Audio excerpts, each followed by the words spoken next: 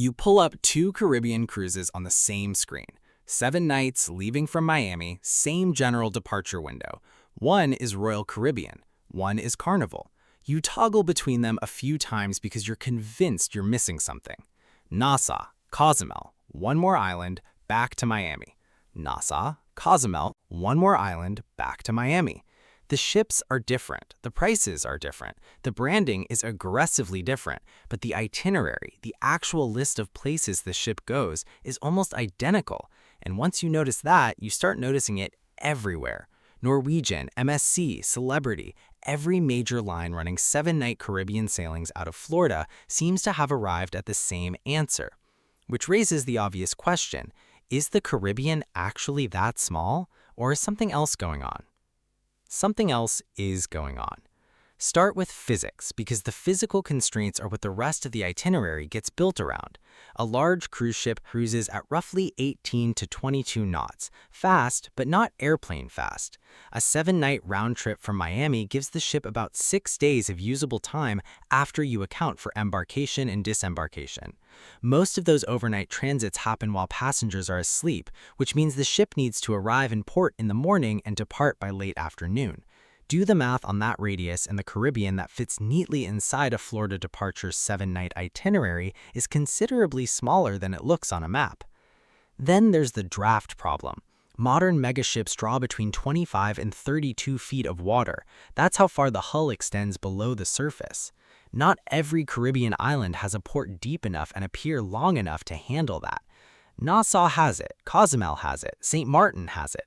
Dozens of genuinely beautiful Caribbean islands do not, which means the ship either skips them entirely or anchors offshore and ferries passengers in by tenderboat, a process that caps how many people can get ashore in a day and eats into the schedule. Nassau sits roughly 180 miles from Miami, close enough for an easy overnight transit, far enough to feel like a destination, and it has invested heavily in the pier and terminal infrastructure to handle multiple large ships at once. That combination of proximity, capacity, and name recognition is why it appears on more Florida departure itineraries than almost anywhere else. There's also the filing reality. Itineraries are filed with ports months to over a year in advance. Ports plan staffing, vendors, and pier allocation around those commitments. The itinerary isn't a flexible month-to-month decision, it's a long-horizon operational contract. So by the time you've accounted for range, draft, pier capacity, and scheduling lead time, the list of viable Caribbean ports for a megaship on a 7-night Florida sailing has already narrowed considerably. The handful of ports that make the cut, Nassau, Cozumel, St. Martin, St. Thomas, Grand Cayman, are the ones that invested in the infrastructure to accommodate large ships. That investment is why they're on the itinerary. It is not a coincidence. And here's where the itinerary story gets more interesting. The cruise line doesn't simply choose which ports to visit. The ports are competing to be chosen. Port authorities pitch cruise lines, they negotiate per-passenger fees called head taxes, and they invest in pier upgrades and terminal amenities to make themselves attractive. Nassau's Port Authority is in its own way selling to Royal Caribbean in the same market dynamic that Royal Caribbean uses to sell to passengers. Ports that price their head taxes too aggressively risk losing ship calls to competing destinations. The itinerary is partly a negotiation outcome. The cruise line has real leverage. A ship call is worth millions in local economic activity, and ports know it. Which raises the natural follow-up. If ports are competing for ships, why doesn't the itinerary ever include somewhere more interesting? A quieter island, a less trafficked beach? The answer is partly infrastructure. Draft and pier capacity genuinely rule out a lot of places, but it's also, honestly, the passengers. Booking data consistently shows that itineraries with recognizable ports outperform itineraries built around unfamiliar ones. Passengers choosing between Nassau, Cozumel, St. Martin, and 3 islands you've never heard of disproportionately book the familiar option. The cruise line isn't ignoring the beautiful small islands, it's responding to revealed preference, what people actually click on when they book. The sameness of the Caribbean itinerary is partly a feedback loop that passengers help create. Now, about those sea days. The assumption most people carry is that sea days are dead time, an unavoidable travel cost between ports, tolerated because the islands aren't next to each other. The ship has to go somewhere, and going somewhere takes time. Fine. But sea days aren't dead time to the cruise line. On a port day, a significant portion of the ship's passengers is ashore, spending money in the local economy, not on the ship. The bars are quieter, the casino is emptier, the spa books fewer appointments, the specialty restaurants seat fewer covers. A port day is, from the onboard revenue perspective, a partial interruption. A sea day runs the entire ship at full capacity with nowhere else for the passenger to go. Casino revenue, spa revenue, specialty dining, bar tabs, poolside drinks, it all runs uninterrupted. A sea day can meaningfully outperform a port day for onboard revenue. The sea day to port day ratio on any given itinerary isn't purely a function of geography.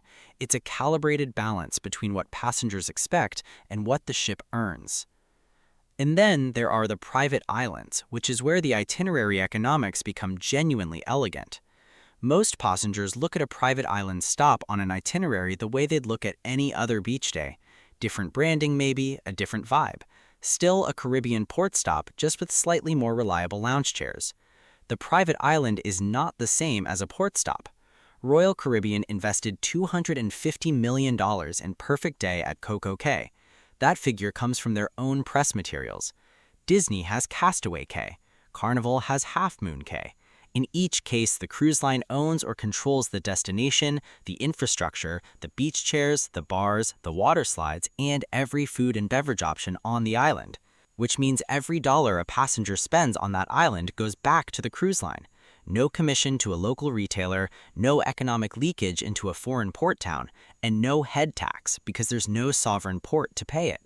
The private island is the most fully captured revenue environment in the itinerary.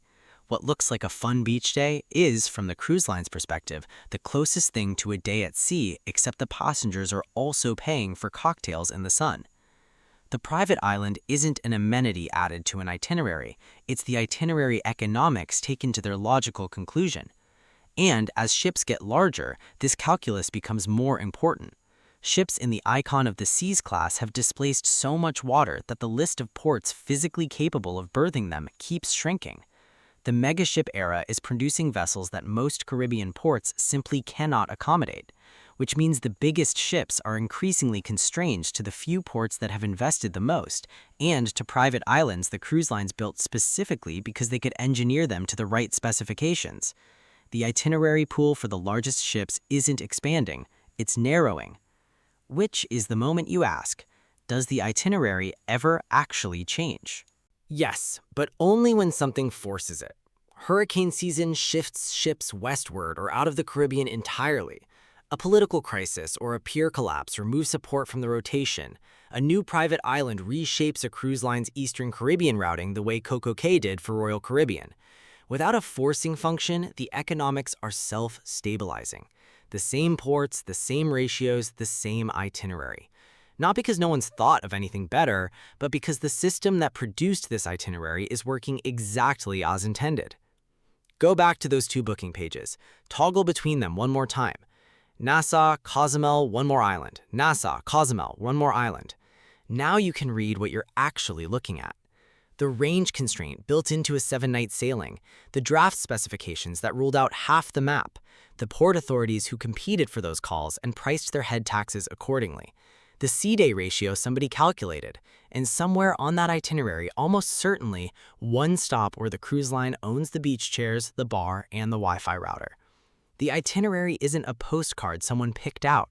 It is an output of physics, of negotiations, of booking data, and of a financial logic that's been running quietly behind the brochure the whole time. That's another one for the cruise files. If you want to learn more about what goes on behind the giant cruise ships, everything from the scams on board to the secrets below deck, subscribe, like, and share. Thanks for watching, and I'll see you in the next one.